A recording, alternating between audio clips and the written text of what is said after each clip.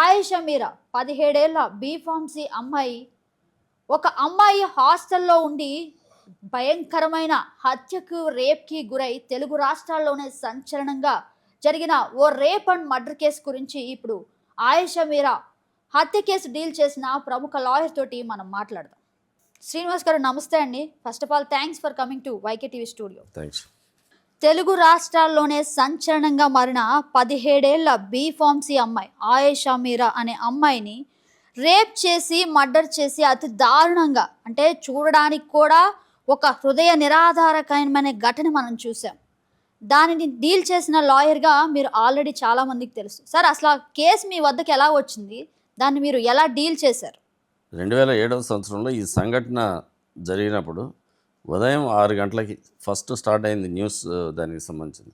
ఎందుకనంటే ముందు రోజే వాళ్ళమ్మ ఎవరైతే ఒక మైనారిటీకి సంబంధించి ఒక ముస్లిం కుటుంబం నుంచి చదువుకోవడానికి అని చెప్పేసి విజయవాడ వచ్చి నెమరా కాలేజీలో చదువుకుంటూ అక్కడ హాస్టల్ వసతి లేకపోవడం వల్ల ఒక ప్రైవేట్ హాస్టల్లో అమ్మాయిని ఉంచి క్రిస్మస్ సెలవులు అయిపోయిన తర్వాత అమ్మాయిని మళ్ళీ సెలవులు అయిపోయిన తర్వాత దించడానికి అని చెప్పేసి 26వ తారీఖు వచ్చి తన కూతుర్ని అక్కడ హాస్టల్లో దించేసి ఆ తర్వాత మళ్ళీ 8, 9 ఇంటికి తెనాలి వచ్చిన తర్వాత మర్నాడు ఉదయం లేచేదానికి 5 గంటలకి ఒక వార్త వస్తే దానికి సంబంధించి అది ఈ తెలుగు 2 రాష్ట్రాల్లో కూడా ఆ రోజు దానికి సంబంధించింది. అందరూ తమ కూతురులాగానే వాళ్ళందరూ కూడా బాధపడ్డారు, చేశారు దానికి సంబంధించింది. అందుకని ఆ రోజు ఈ సంఘటన అందరినీ కూడా కదిలించింది, కలిచివేసింది వాళ్ళందరినీ. అట్లా దానికి సంబంధించిన ఆ కేసు ఆ రోజు ఉన్న పోలీస్ కమిషనర్ గారు ఆనంద్ గారు అయితే ఆయన చాలా దానికి సంబంధించింది రియాక్ట్ అయిపోయి, నా కన్న కూతురికి ఇట్లా జరిగితే దానికి సంబంధించి నేను ఎట్లా న్యాయం చేస్తానో దానికి ఒక వారం రోజుల లోపల వాళ్ళకి అసలు హంతకులు ఎవరున్నో వాళ్ళందరినీ కూడా పట్టుకొని అప్పచెప్తామని చెప్పేసి ఆ రోజు ఆయన పత్రికాముఖంగా స్టేట్మెంట్ ఇవ్వడం జరిగింది.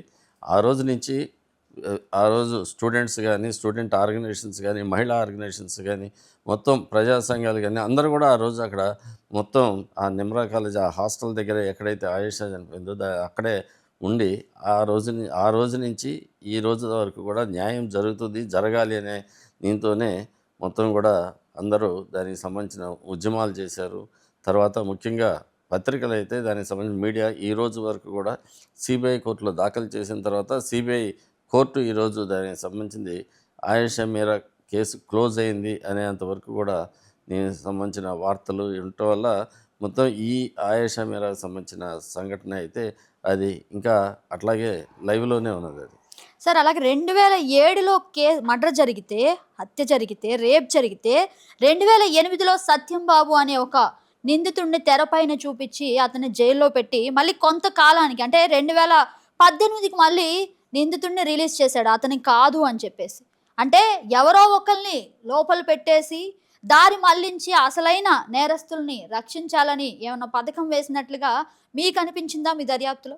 ఎప్పుడైతే ఈ సంఘటన జరిగిందో ఆ సంఘటన జరిగిన వెంటనే దీనికి పెద్ద విచారణాధికారులు కానీ వేరే లేకపోతే ఇంకొక సూపర్ ఇంటెలిజెన్స్ ఏం అవసరం లేదు. దీనికి సామాన్య ప్రజలు వాళ్ళు ఇక్కడ ఏమి జరిగింది ఏమిటనేది చాలా స్పష్టంగా ఆ రోజు ఏం జరిగి ఉంటుంది. హాస్టల్ ఎవరైతే నడిపారో, హాస్టల్లో ఎవరైతే ఉన్నారో, బయట వాళ్ళు కాదు, హాస్టల్ లోపల ఉన్న వాళ్ళ ప్రోద్బలం మీదే బయట వాళ్ళు లోపలికి వచ్చి ఉంటారనేది అది మొత్తం కూడా అందరూ చెప్పిందే దానికి సంబంధించింది. దాంట్లో పెద్ద కష్టమే లేదు. అయితే బయట ఉన్నవాళ్ళు లోపలికి వచ్చింది, నేరం చేసింది ఒక రాజకీయ కుటుంబానికి చెందిన వాళ్ళు. అప్పటికి వాళ్ళు ప్రభుత్వంలో ఉన్నారు, వాళ్ళకి సంబంధించిన వాళ్ళు ఉన్నారు కాబట్టి ఆ తర్వాత మొత్తం కూడా వాటన్నిటికి సంబంధించిన సాక్ష్యాలు మాయం చేయటం కానీ, అక్కడి నుంచి మొత్తం సీన్ మారటం కానీ, విచారణాధికారులు మారటం, కేసు దర్యాప్తు కూడా మొత్తం అనేక మలుపులు తిరగటం, అదంతా కూడా దానికి సంబంధించింది జరిగింది ఆ రోజు.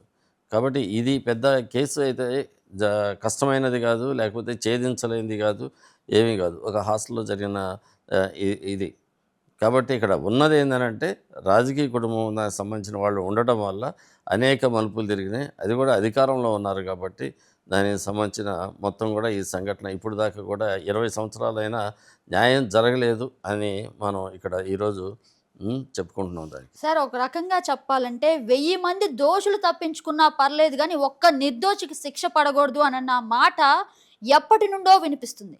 కానీ ఇక్కడ సత్యం బాబు ఒక దళిత యువకుడు అయ్యటం కారణంగా అతన్ని లోపల వేశారా అని మీరు అంటారా? ఖచ్చితంగా ఎవరికైతే గొంతు ఉండదో, ఎవరైతే ఫైనాన్షియల్‌గా వాళ్ళు దానికి సంబంధించినయి మాట్లాడలేకపోతారో, అలాంటి వాళ్ళని ఎక్కడో కుగ్రామం అనాసాగరంలోని ఒక దళిత కుటుంబానికి చెందినవాడు. తండ్రి కూడా చనిపోయారు. తల్లి ఉన్నది, చెల్లెలు ఉంది. అలాంటి వ్యక్తిని వాళ్ళు చూజ్ చేసుకొని ఈ ఈ అతనికి సంబంధించింది ఇతన్ని పెడితే ఇంకా దానికి సంబంధించి ఎవరు మాట్లాడరు. ఇతని పెడితే ప్రజలు నమ్ముతారు. ఎందుకనంటే ఆ సత్యం బాబును పెట్టే సమయానికి వాళ్ళు అనేక మందిని తెర మీదకి తీసుకొచ్చారు. లడ్డూని, ఉపేంద్రని అట్లాగే చాలామందిని తీసుకొని వచ్చేసి వీళ్ళు దీంట్లో ముద్దాయిలని, నిందితులని చెప్పేసి చెప్పడానికి ప్రయత్నం చేయటం వల్ల ప్రజలు దాన్ని నమ్మే పరిస్థితిలో లేరు. చివరికి వాళ్ళు ఎలా అంటే ఎవరినైతే ఫిక్స్ చేస్తే దీంట్లో ఈ కేసులో ప్రజలు నమ్ముతారు, ఎలా ఇచ్చేయాలి అని విచారణ అధికారులు దాని మీద చాలా కృషి చేసి చేసి దానికి సంబంధించింది దానికి ఒక సైంటిఫిక్ రీజన్ పెట్టేసి ఇది ఫోరెన్సిక్ సైంటిఫిక్ సర్కమ్స్టాన్షియల్ ఎవిడెన్స్ చూపించడానికి లేదు కాబట్టి దీనికి సంబంధించింది శాస్త్రీయంగా ప్రజలకు అర్థం కాని దాంట్లో పెట్టేసి సత్యం బాబు అని చెప్పడానికి ఏమేం చేయాలి ఏమిటనేది చేసి దాన్ని ఫోరెన్సిక్ డిపార్ట్మెంట్లతోటి ఈ రిపోర్ట్స్ ఇవన్నీ తయారు చేసి దానికి సత్యం బాబుని ఈ కేసులో ఇరికిచ్చారు. దాంట్లో సత్యం బాబుని ఎప్పుడైతే ఆగస్టు 15న సత్యం బాబుని యాక్చువల్గా ఆగస్టు 11వ తారీఖు ఇంటి దగ్గర నుంచి తీసుకుని వెళ్ళారు.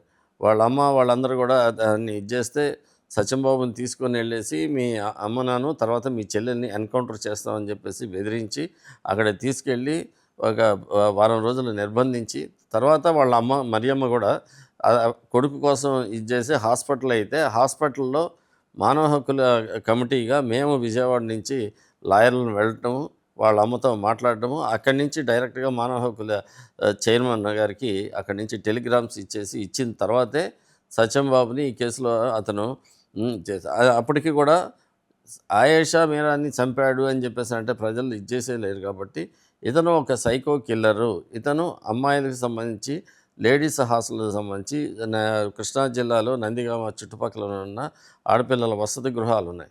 వాటికి సంబంధించిన అక్కడ కూడా చాలా ఇన్సిడెంట్స్లో ఇతని పాత్ర ఉందని నమ్మించడానికి ఒక 8 కేసులు అతని మీద చేసి ఆ కేసులన్నింటిలో అప్పటికే ముద్దాయిలు ఉన్నారు. వాళ్ళందరినీ కూడా తొలగించి ఇది సత్యంబాబు చేశాడని చెప్పేసి చెప్పినట్లుగా కన్ఫెషన్ స్టేట్మెంట్ మీద అతన్ని చేసి అది ఒక వీడియో రిలీజ్ చేసి చేశారు దీనికి సంబంధించింది. కాబట్టి సత్యంబాబు అక్రమ నిర్బంధంలో ఉన్నాడని అతనికి సంబంధించిన వెంటనే రిలీజ్ చేయమని ఇచ్చిన తర్వాత మానవ హక్కుల కమిషన్ జోక్యంతోనే అతన్ని కోర్టులో పెట్టారు. 2007లో ఈ హత్య, ఈ రేప్ నేరం కింద 2008లో సత్యంబాబును అరెస్ట్ చేశారు. కానీ 2018లో అతను కాదు అని చెప్పేసి కోర్టే విడుదల చేసింది. ఇక్కడ న్యాయ వ్యవస్థలో లోపంగా మనం చూడొచ్చు అంటారా? అది న్యాయ వ్యవస్థలో లోపం కాదు. ఏం చేశారంటే దానికి సంబంధించిన మొత్తం కూడా కింద మహిళా సెషన్స్ కోర్టులో కేసు జరిగింది. మహిళా సెషన్స్ కోర్టులో కూడా అతనికి సరైన అవకాశం ఇవ్వకుండా అతన్ని లాయర్లతో మాట్లాడనీయకుండా ప్రతిదానికి కూడా ఫైట్ చేయాల్సి వచ్చింది. సత్యంబాబు దగ్గరికి వెళ్ళి మాట్లాడాలంటే పర్మిషన్ ఉండదు. సత్యంబాబుకి సంబంధించిన వివరాలు సేకరించాలంటే ఉండదు. అట్లాగా ఆ సంబంధించిన న్యాయపరమైన ఏది కూడా అతనికి అవకాశం ఇవ్వలేదు. అట్లాగే జడ్జెస్ కూడా ప్రతి దాంట్లో కూడా అక్కడి నుంచి ట్రాన్స్ఫర్ పెడితే దానికి అలౌ చేయలేదు. కాబట్టి ఈ మొత్తం కూడా న్యాయ ప్రక్రియలో మొత్తం ఈ సత్యంబాబుకి సంబంధించింది చాలా నిరుపేద, తర్వాత దళితుడు కాబట్టి అతనికి సంబంధించి న్యాయం కూడా సరిగ్గా అందలేదు. కాబట్టి అతనికి సంబంధించింది చాలా స్పీడ్గా 2009 కల్లా కూడా విచారణ పూర్తి చేయడం, ఇతని మీద యావజ్జీవ శిక్ష విధించడం, దీనికి సంబంధించిన అన్ని చకచకా చేసేసారు అవన్నీ కూడా. శ్రీనివాస్ గారు మీరు చెప్పినట్లయితే నిజంగా ఒక అసత్యాన్ని సత్యంగా చూపించారు. ఎందుకంటే అతను వెనకాల ఎవరు అడిగేవారు లేరు కాబట్టి ఆ గొంతును నొక్కేసి ఒక నిజాన్ని లోపల పెట్టేసి ఒక అబద్ధాన్ని బయట ప్రజలకు చూపించారు. అది అలానే మనం అట్లా ఎప్పుడైతే మీరు చెప్పారో మహిళా సెషన్స్ కోర్టులో ట్రయల్ జరుగుతుండగా ఆ కోర్టులో డాక్యుమెంట్స్ కూడా మాయమైనట్లుగా అప్పట్లో కలకలం రేపింది. అంటే కోర్టులో డాక్యుమెంట్స్ మాయమయ్యేంత రాజకీయ పలుకుబడి ఉందా ఈ కేసులో అని చెప్పేసి అప్పట్లో చాలా మంది క్వశ్చన్ చేశారు. నిజంగా ఈ కేసులో రాజకీయ పలుకుబడి ఉపయోగిస్తున్నారు అని అంటారా మీరు? అంటే ఈ కేసులో ఏమైందనంటే చాలా బలంగా ఆయిషా మీరా తల్లిదండ్రులు నుంచున్నారు. వాళ్ళు మొట్టమొదటి నుంచి కూడా ఎవరు నేరం చేశారు అనేది పేర్లతో సహా ప్రతి మీటింగ్లో చెప్పారు, ప్రతి ధర్నాలో చెప్పారు, రోడ్డుకి ఎక్కారు, అసెంబ్లీ దాకా వెళ్ళింది వీటికి సంబంధించింది. అట్లా వాళ్ళు దానికి సంబంధించి చేస్తున్నారు. అట్లాగే మహిళా సెషన్స్ కోర్టులో కూడా వాళ్ళని ఫస్ట్ విచారించినప్పుడు సత్యంబాబు నేరస్తుడు కాదు, ఇతను వీళ్ళు అని చెప్పేసి వాళ్ళ పేర్లతో సహా చెప్పేసి 3 గంటల సాక్ష్యము వాళ్ళ మదర్ ఇచ్చింది. మొత్తం కోర్టు రికార్డ్ చేసింది వాటన్నిటిని కూడా. ఎట్లా జరిగింది, ఏమిటి, ఆ రోజు ఆ హాస్టల్‌లో ఏం జరిగింది, హాస్టల్‌లో దానికి ముందు డిసెంబర్ 25న అక్కడ పెద్ద పార్టీ పైన రూమ్‌లో జరిగింది. తర్వాత ఆ పైన బాటిల్స్ కూడా వీళ్ళు అక్కడ కూర్చొని ఏడుస్తా ఉన్నప్పుడు ఆ పైన బాటిల్స్ కూడా అయన్నీ తీసుకొని అక్కడ విచారణాధికారి వాళ్ళందరూ కూడా ఆ బాటిల్స్ తీసుకొని రావటము, డాగ్స్ పైకి వెళ్ళటం అక్కడ కూడా ఇవన్నీ కూడా ఆవిడ మొత్తం కూడా దానికి సంబంధించి చెప్పి ఇతను కాదు అని చెప్పేసి, ఆ బోన్‌లో ఉన్న ముద్దాయి కాదని చెప్పేసి స్పష్టంగా కోర్టులో చెప్పింది ఆవిడ ఆ రోజు.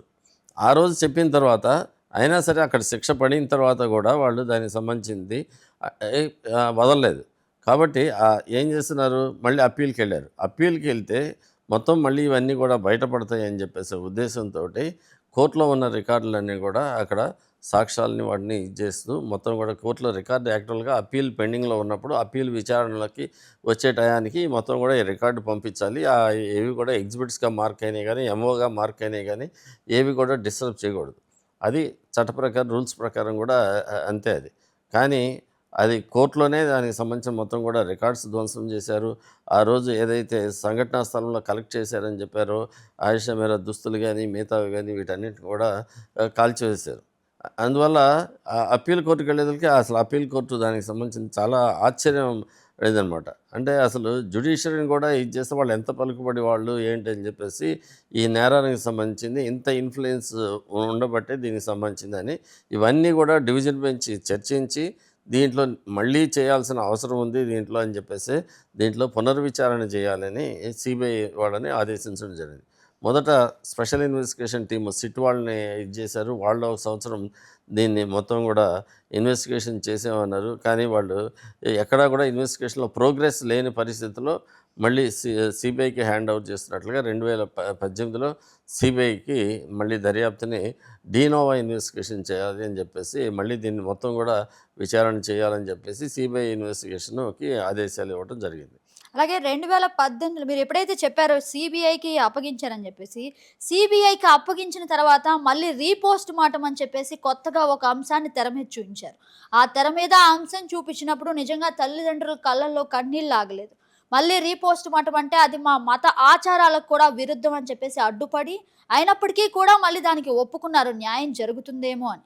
కానీ ఆ రీపోస్ట్ మార్టం విలువ ఎంత అనంటే మళ్ళీ 18 సంవత్సరాల తర్వాత కూడా న్యాయ పోరాటంలో ఎక్కడా న్యాయం జరిగినట్లు అనిపించలేదు. దాని గురించి మీరేమంటారు? ఏ ఇన్వెస్టిగేషన్‌కైనా సరే వాళ్ళు నిజాలు గాని, న్యాయం బయటపడాలని చెప్పేసి తల్లిదండ్రులు చాలా ఇదిగా ఉన్నారు.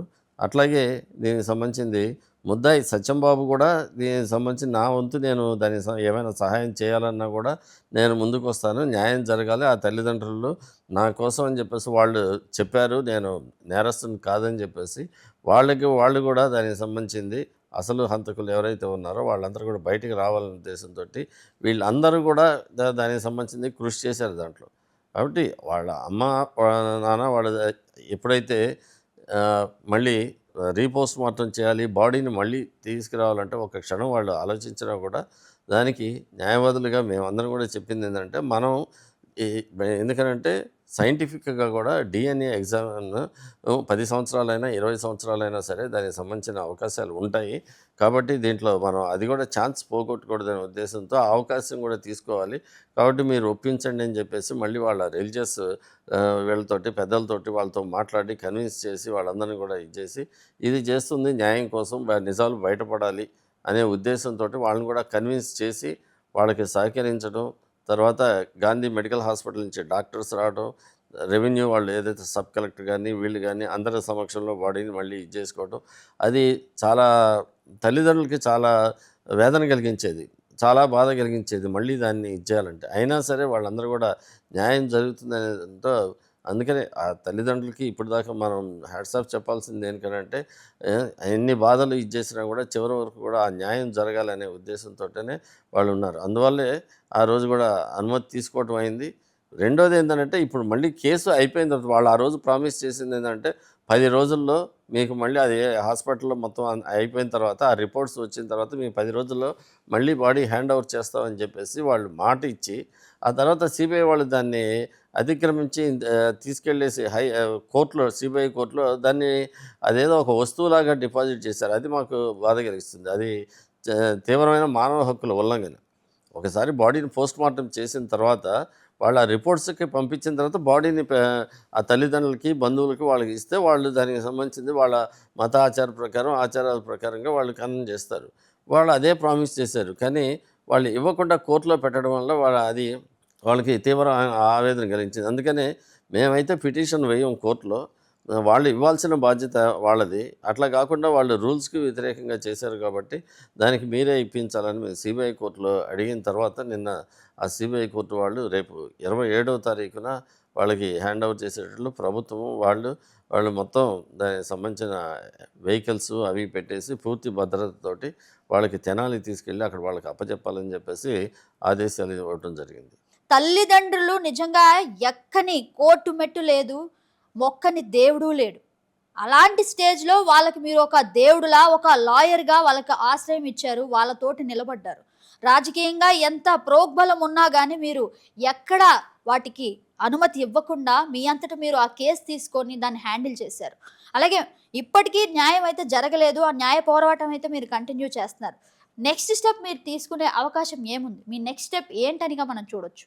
అంటే మేము మానవ హక్కుల కార్యకర్తలుగా, న్యాయవాదులుగా ఇంతకుముందు కూడా మహిళలకు సంబంధించి కానీ, దళితులకు సంబంధించి కానీ, వేకర్ సెక్షన్స్ కానీ చాలా కేసులు చూసాం గానీ, ఏ కేసులో కూడా దానికి సంబంధించింది ఎక్కడ చూడండి అంత బలహీనులు ఉంటారు. కాబట్టి వాళ్ళందరూ కూడా చివరి వరకు పోరాడే శక్తి ఉండదు. ఇంకొకటి సమాజంలో వాళ్ళకి చుట్టూ ఉన్న వాళ్ళు కూడా ఇంకా కేసు ఎందుకులే దానికోసం ఇప్పుడు దాకా ఇది చేశారని చెప్పేసి వాళ్ళని నీరు కార్చి వాళ్ళని వెనక్కి తీసుకొస్తారు. కాబట్టి ఆ ప్రయాణం ఏందంటే కొంతకాలమే ఉంటది. తర్వాత ఉండదు. కానీ ఇక్కడ వీళ్ళకి వచ్చేదలకి పక్కన వాళ్ళు గానీ, బంధువులు గానీ ఎందుకంటే ఫస్ట్ వీళ్ళని ఏం చేశారంటే వీళ్ళని వెనక్కి లాగటానికని చెప్పేసి ఆయేషా మీరా తల్లిదండ్రుల్ని ఫస్ట్ మీ కుటుంబంలో వాళ్ళే చేసుంటారు ఈ హత్య అని చెప్పేసి వాళ్ళ మీద ఇది చేసి వాళ్ళ మేనమామ ఒకసారి చేశారని లేకపోతే వాళ్ళ బంధువులు చేశారని చెప్పేసి తెనాల్లో వాళ్ళ కుటుంబం చుట్టూ ఉన్న వాళ్ళందరినీ కూడా వాళ్ళకి సంబంధించిన వాళ్ళని అరెస్ట్ చేయటం, వాళ్ళని తీసుకెళ్ళటం, వాళ్ళకి డిఎన్ఏ టెస్ట్లని, జుట్టు కత్తిరించి అది డిఎన్ఏ చేయాలని చెప్పేసి తీసుకెళ్ళటం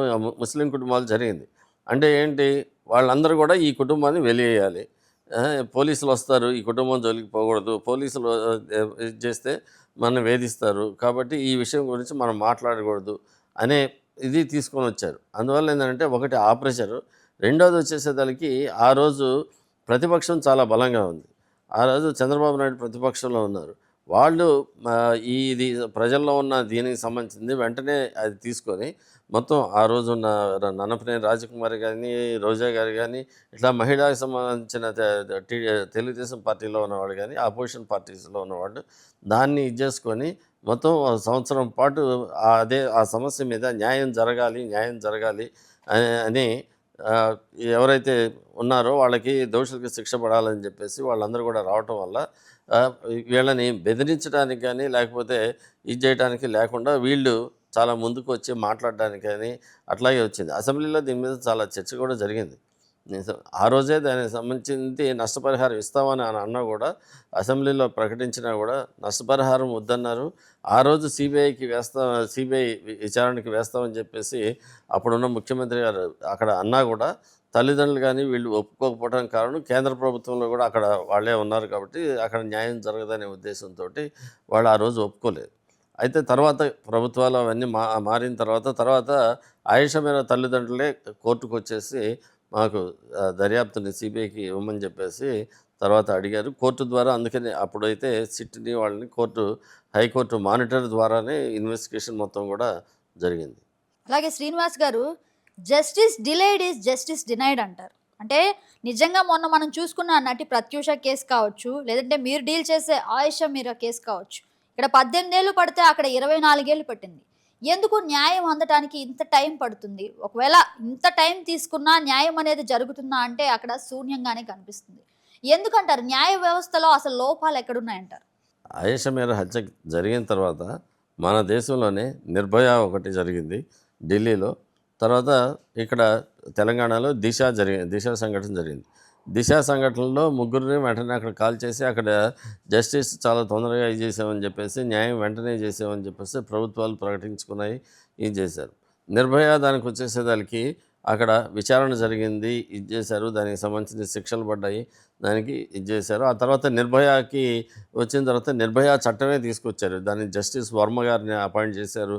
దీనికి ఎట్లా చేయాలి, వీటిని ఎట్లా నిరోధించాలి, ఏం చేశారని అప్పుడే ఈ జస్టిస్ జువెనైల్ యాక్ట్ కానీ ఇవన్నీ కూడా దాని ఏజ్ ఎట్లా ఉండాలి ఏమిటి ఇవన్నీ కూడా వచ్చినాయి. వర్మ గారు చాలా మంచి రిపోర్ట్ కూడా ఇవ్వటం జరిగింది దీనికి సంబంధించింది. ఆ రిపోర్ట్ వచ్చిన తర్వాతే పోక్సోలో మార్పులు కానీ లేకపోతే ఐపీసీలో మార్పులు కానీ వీటన్నిటికీ స్త్రీలపైన జరిగే లైంగిక దాడులకు సంబంధించి అన్నీ కూడా మార్చారు. కఠినమైన చట్టాలు తీసుకొచ్చారు. స్పెషల్ యాక్ట్లు, స్పెషల్ కోర్టులు కూడా తీసుకొచ్చారు. ఏం జరుగుతుందనంటే ప్రతి సంఘటన జరిగిన తర్వాత దానికి సంబంధించింది ప్రజలు ఆగ్రహించడము, ప్రజల దీంతోటి వీళ్ళకి శిక్షలు పడాలని అంటే ప్రతిసారి కూడా ఒక స్పెషల్ యాక్ట్ తీసుకురావడం, స్పెషల్ కోర్టులని, స్పెషల్ పబ్లిక్ ప్రాసిక్యూటర్ని పెట్టడం వీటికి. ఎందుకనంటే వీటిని త్వరితంగా చేయాలి, వాళ్ళకి నేరస్తులకు శిక్షలు పడాలనే ఉద్దేశంతో పెట్టినాయి. అయితే ఇవి సరిగ్గా పనిచేస్తున్నాయా లేదంటే మనకు తెలుస్తూనే ఉంది. ఈ కేసులన్నీ కూడా మొన్న ప్రత్యూష కేసు కానీ దానికి సంబంధించింది కానీ ఇప్పటికి కూడా ఇప్పుడు సుప్రీంకోర్టుకి వెళ్ళిన తర్వాత ఇన్ని సంవత్సరాల తర్వాత ఇది 20 సంవత్సరాలు పట్టింది. కాబట్టి ఒక్కొక్క కేసుకి ఇన్ని సంవత్సరాలు పడుతున్న జాప్యం ఏంటంటే ఒకటి ఇన్వెస్టిగేషన్ దర్యాప్తులో వాటికి సంబంధించింది అన్నిటిలో కూడా పొలిటికల్ ఇంటర్వెన్షన్ ఎక్కడైతే ఉందో దానికి సంబంధించింది ఇది ఈ కేసులు అన్నింటిలో కూడా జాప్యం జరుగుతుంది. ఒకసారి ఆ పొలిటికల్ ఇంటర్ఫరెన్స్ డబ్బు ఉన్న వాళ్ళు వచ్చిన తర్వాత కోర్టులు కూడా ఏం చేయలేవు. ఎందుకంటే ప్రతి పిటిషను ప్రతి ఇది కూడా హైకోర్టు సుప్రీంకోర్టు దాకా తీసుకెళ్తారు. దానికి అవన్నీ కూడా అయిన తర్వాతే మళ్ళీ ఇన్వెస్టిగేషన్ స్టార్ట్ అవ్వాల్సి వస్తుంది. మళ్ళీ ఇన్వెస్టిగేషన్ ముందుకు వెళ్ళేటప్పటికి ఇంకా అనేక ఇప్పుడైతే మిగతా వాళ్ళు చాలామంది దాంట్లో పార్టీగా యాడ్ అవుతున్నారు. యాడ్ అయ్యి దాంట్లో ఇలా ఇన్వెస్టిగేషన్ చేయాలి, అలా ఇన్వెస్టిగేషన్ చేయాలని చెప్పేసి చాలా వెళ్తుంది. అది పబ్లిక్ డిబేట్స్ తప్ప దాంట్లో ట్రయల్కి విచారణకి రావట్లేదు. అవన్నీ కూడా విచారణకి వచ్చిన తర్వాత కూడా ఇన్ని సంవత్సరాలు ఏ కేసు అయినా విచారణకి చేస్తే మాత్రం తర్వాత ముద్దాయిలు ఈజీగా బయటకు వెళ్ళొచ్చు. మేము క్రిమినల్ లాయర్సే చెప్తున్నాము దానికి సంబంధించింది. ఇప్పుడు వివేకానంద రెడ్డి హత్య కేసు కానీ లేకపోతే ఇంకో కేసులో కానీ ఒక మర్డర్ కేసుకి సంబంధించింది ఇన్ని సంవత్సరాలు దాంట్లో అనేక లోపాలు ఉంటాయి. దానికి ఎక్కడైనా సరే 3 నెలలు లేకపోతే 6 నెలల లోపల అయిపోతుంది ఏదైనా కేసు, అంతకంటే ఏమీ అక్కర్లేదు దాంట్లో హత్య కేసులో. దీన్ని ఇలా ప్రొలాంగ్ చేస్తున్నారంటే దానికి అన్ని లూప్ హోల్స్ అవన్నీ కూడా ఉండటం వల్ల ఈజీగా బయటకు వచ్చేస్తారు దానికి.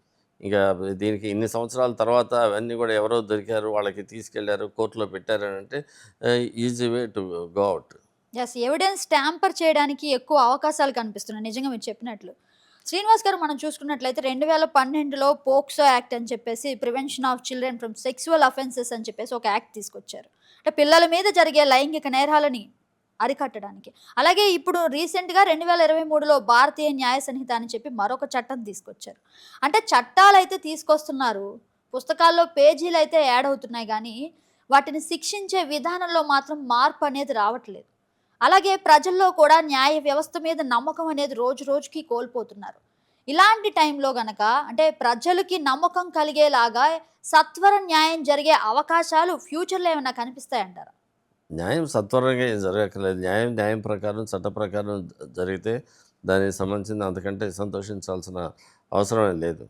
అయితే ఇప్పుడు ఈ ఆయేషా మేరా కేసే తీసుకుందాం. ఆయేషా మేరా కేసు దీనికి సంబంధించి ఎవరైతే అది సంఘటన జరిగింది 11 గంటల నుంచి ఉదయం 4 గంటల లోపల ఈ సంఘటన జరిగింది. ఇప్పుడు కేసు మొత్తం కూడా ఉదయం 5 అయిన తర్వాత ఆయేషా మేరా రూమ్ పక్కనే ఉన్నారు, ఆ రూమ్మేట్స్ వాళ్ళు ఉన్నారు. వాళ్ళందరూ కూడా లేవటము, అక్కడ బ్లడ్ చూడటము, వెళ్ళటము, అమ్మాయి శరీరం అక్కడ నగ్నంగా పడి ఉండటం బాత్రూంలో చూడటం జరిగింది. అక్కడి నుంచి ఏమేం జరిగింది ఏమిటి అనేది ఎవరైతే నేరస్తులు ఉన్నారో, ఎవరైతే హాస్టల్లో ఉన్నారో వాళ్ళు చెప్పిన దగ్గర నుంచి స్టార్ట్ అవుద్ది. అంటే 5 గంటల నుంచి మేము లేచేతలకి అక్కడ బాత్రూంలో అట్లా ఉంది, మేము వచ్చాము, ఇంకేం జరగలేదని. మరి 11 గంటల నుంచి 4 గంటల దానికి ఏం జరిగింది ఏమిటనేది ఎవరు చెప్తారు? వాళ్ళే చెప్పాలి. వాళ్ళే ఎవరైతే ఇన్వాల్వ్మెంట్ ఉన్నారో వాళ్ళే చెప్పాలి. అక్కడ ఏమైంది, బయట గోడ దూకి వచ్చిన వాళ్ళు లోపల గేట్ వేసి ఉంటే మళ్ళీ ఆ తలుపు పగలగొట్టాలి కదా. కానీ బోల్ట్ తీసి ఉందంటారు. బోల్ట్ తీసి ఉన్నదానికి కూడా వాళ్ళు ఒక కారణం చెప్తారు. ఇప్పుడు లేడీస్ కాబట్టి మేము ప్రతిసారి కూడా బయటికి వెళ్తే మిగతా వాళ్ళకి డిస్టర్బ్ అవుతుందని చెప్పేసి తలుపు తీసి బోల్ట్ తీసి పెట్టి ఉంటామని చెప్పేసి ప్రతిసారి కూడా మాకు అది అలవాటు అని చెప్పేసి చెప్తారు. ఎవరు చెప్పారు వాళ్ళు దానికి సంబంధించింది? వీళ్ళే ఎవరైతే దీంట్లో నేరస్తులు పాల్గొన్నారో వాళ్ళు చెప్పారు.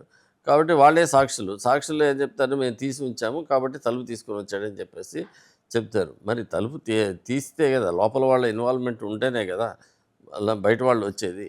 ఈ సంఘటన అంతా కూడా మరి ఎలా వచ్చారు, లోపలికి ఎవరు వచ్చారు అనేది ఈజీగా తెలుస్తుంటది. కానీ ఇప్పుడు వాళ్ళు ఏదైతే చెప్పారో దానివల్ల ఇక్కడ ఏమవుతుంది మొత్తం కూడా వెళ్ళేదలికి అక్కడ మొత్తం క్లీన్ చేసినట్లు కనపడుతుంది రక్తం మొత్తం కూడా. వీళ్ళు వెళ్ళేదలికి ఒక ఫింగర్ ప్రింట్స్ లేవు, ఏమీ లేవు. తర్వాత అక్కడ ఉన్న మొత్తం కూడా అమ్మాయి డ్రెస్ కానీ, ప్యాంటీస్ కానీ ఇవన్నీ కూడా వాషింగ్ మెషిన్‌లో అక్కడ వేసినట్లు ఇవన్నీ ఉన్నాయి. మొత్తం అక్కడ కనిపిస్తూనే ఉంది. అయినా సరే దానికి సంబంధించింది పొలిటికల్ ఇన్వాల్వ్‌మెంట్ ఎప్పుడైతే ఉంటుందో దానికి యంత్రాంగం కూడా మొత్తం పనిచేస్తుంది. పోలీస్ యంత్రాంగం కానీ, రెవెన్యూ యంత్రాంగం కానీ వీళ్ళు మొత్తం కూడా. తర్వాత ఇప్పుడు సిబిఐ వాళ్ళకి ఇచ్చిన స్టేట్మెంట్స్‌లో కూడా చూస్తే వరుసగా అక్కడ కింద హాస్టల్ కింద ఎవరెవరు వస్తున్నారు, ఏంటి, ధీరజ్, రెడ్డి, పవన్ కుమార్ ఇట్లా వీళ్ళందరూ కూడా వస్తూ ఉండేవాళ్ళు మా హాస్టల్‌కి. ఆ కింద మాట్లాడుకుంటూ ఉండేవాళ్ళు, వచ్చిపోతూ ఉండేవాళ్ళు. తర్వాత ఈ అమ్మాయిలకు కూడా వాళ్ళు పరిచయము. ఇవన్నీ కూడా చెప్పారు వాళ్ళు సిబిఐ వాళ్ళకి. కానీ ఇన్వెస్టిగేషన్ అవన్నీ కూడా అది రిలేటెడ్ టు. ఇప్పుడు ఈరోజు ఏమైంది సిబిఐ వాళ్ళకి, పోలీస్ ఆఫీసర్స్ ఎవరైతే అంతకుముందు ఇన్వెస్టిగేషన్ చేశారో వాళ్ళని శిక్షించమన్నారు. హైకోర్టు డివిజన్ బెంచ్ ఏం చేశారో వాళ్ళని జీవో ఉంది. ఎవరైతే ఫాల్టీ ఇన్వెస్టిగేషన్ చేసి అమాయకుల్ని పెట్టి 9 సంవత్సరాలు సత్యంబాబు లాంటి వాళ్ళని పెట్టారో అసలు హంతకుల్ని వాళ్ళని కాపాడటానికి వాళ్ళ మీద యాక్షన్ తీసుకోమన్నారు. ఇప్పుడు సిబిఐ వాళ్ళు కనుక దీనికి సంబంధించింది అట్లా మీరు ఎవరు చెప్తే చేశారు, ఎట్లా చేశారు, ఎందుకు చేశారు, ఈ సాక్ష్యాలన్నీ ఎందుకు ఇది చేశారు అని వాళ్ళు కానీ ప్రశ్నించి వాళ్ళు నిజంగానే అట్లాగే శిక్షించుంటే ఈ నిజాలన్నీ బయటపడాయి ఎవరి ఆదేశాలతో వాళ్ళు చేశారని.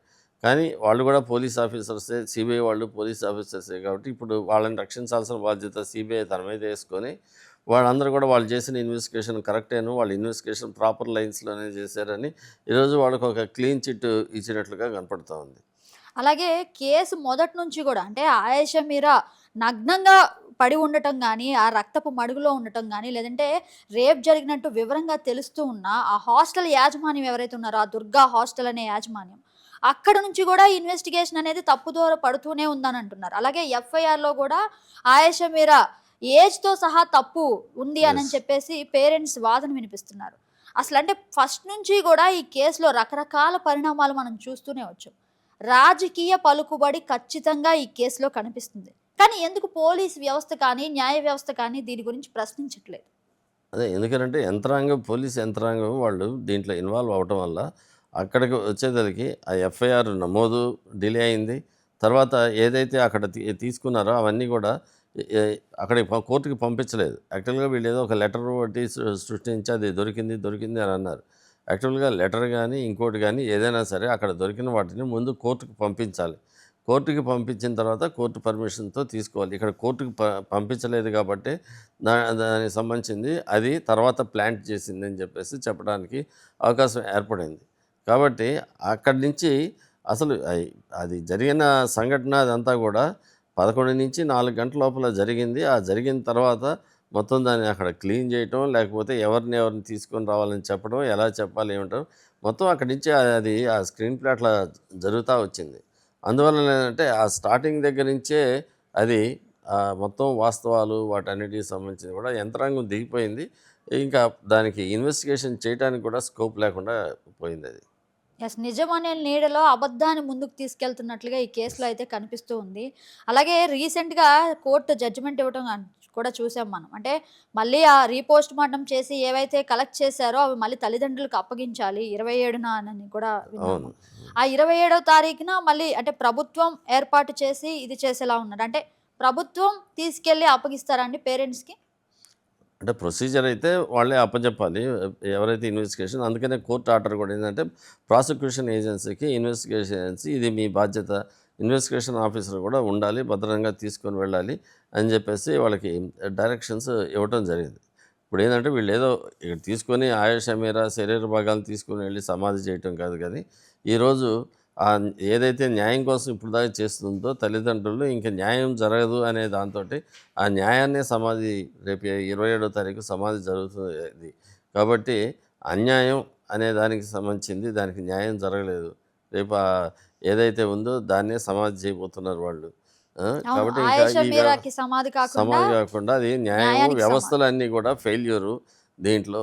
ఇది జరిగింది, ఇది న్యాయం జరగలేదు, దీంతో కేసు క్లోజ్ అంటే అర్థం ఏంటి దానికి సంబంధించింది అనే ఈ ప్రశ్నలతోనే రేపు 27వ తారీఖు దానికి మొత్తం కూడా ఆ రోజు 27వ తారీఖు డిసెంబర్ 2007లో ఎట్లా ఇది చేశారో ఇది కూడా ప్రజలు దానికి సంబంధించింది. ఇప్పుడు దాకా ఎక్కడ ఫెయిల్యూర్ అయినాయి ఏమిటి వీటికి సంబంధించింది అనేది కూడా ప్రజల ముందు ఉంచడానికే ఇది. కాబట్టి కేసు క్లోజు అని అంటే దానికి న్యాయం జరగలేదు.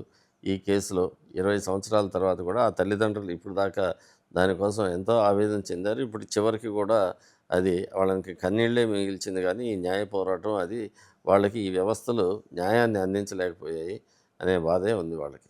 మీరు కానీ ఆయేషా మీరా తల్లిదండ్రులు కానీ లాస్ట్గా అంటే నెక్స్ట్ స్టెప్ అంటే కంటిన్యూస్గా 18 ఏళ్ళు అయితే న్యాయ పోరాటం చేశారు. ఇక ఇప్పుడు కూడా న్యాయం అయితే జరగలేదు. ఇక నెక్స్ట్ స్టెప్ ఏమైనా తీసుకునే ఆలోచన ఉందా? లేదు, వాళ్ళకి ఆల్రెడీ వాళ్ళకి ఆ శక్తి లేదు, తర్వాత ఫైనాన్షియల్ పొజిషను లేదు. కానీ రాజకీయంగా మిగతా వాళ్ళు ఉన్న తర్వాత ఒకటే చెప్పదలుచుకున్నారు, అలాంటప్పుడు న్యాయం జరగదని చెప్పేసి ఈ ప్రపంచానికి ఎవరు నేరస్తులో వాళ్ళకి తెలుసు. ఆ నేరస్తుల్ని మొదటి నుంచి చెప్తున్నారు, రేపు కూడా చెప్తారు నేరస్తుల్ని.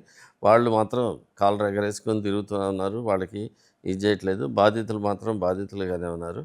అయితే ఇలాంటి సంఘటనలు జరిగినప్పుడు ఇంకా మహిళలకు కానీ వాళ్ళకి కానీ అలాంటి విద్యార్థులకు కానీ వాళ్ళకి ఏదో ఒక రకంగా వాళ్ళు ఈ తల్లిదండ్రులు ఇచ్చేయాలనే ఉద్దేశంతో రేపు దానికి సంబంధించిన ఇది ప్రభుత్వాన్ని అడుగుతున్నారు. ఈరోజు వాళ్ళు ఒక చారిటబుల్ ఇన్స్టిట్యూషన్ ఏదో ఒకటి దీనికి ఈ శేష జీవితంలో మేము ఇది చేసి దానికి సంబంధించిన ఇది చేస్తాము. అలాగే డిసెంబర్ 27ని మీరు ఆయేషా మీరా సంస్మరణ దినోత్సవంగా ఈ రాష్ట్రంలో చేస్తే దానికి ఇలాంటి సంఘటనలు కానీ ఇవి కానీ ఇది చేస్తే ఎట్లా ఏమిటి అనేది ప్రభుత్వాలు ఆలోచిస్తాయని ఆ ఉద్దేశంతో తల్లిదండ్రులు రాష్ట్ర ప్రభుత్వాన్ని అడుగుతున్నారు. ఇప్పుడు అసెంబ్లీ సమావేశాలు కూడా జరుగుతున్నాయి కాబట్టి ఇది ముఖ్యమంత్రి గారు ఆలోచించాలని వాళ్ళు మొన్న కూడా సిబిఐ కోర్టు నుంచి వాళ్ళు విజ్ఞప్తి చేశారు. Right sir, thank you. చాలా అంటే సెన్సేషనల్ కేసు, ఒక ఇంపార్టెంట్ ఇన్ఫర్మేషన్ మాతో షేర్ చేసుకున్నారు. Thank you sir, thank you. Okay. చూశారు కదా, ఆయేషా మీరా మర్డర్ కేసు ఒక సెన్సేషనల్ కామెంట్స్ మనం అయితే ఇప్పటివరకు ఎన్నో విన్నాం. ఇప్పుడు పిచ్చుక శ్రీనివాస్ గారితో మనం మరిన్ని వివరాలు తెలుసుకున్నాం. This is for today's interview. And మరిన్ని విలువైన అప్డేట్స్ కోసం ఫాలో అవ్వండి YK TV network. Please subscribe to YK TV network. Please subscribe to YK TV. Please watch YK News.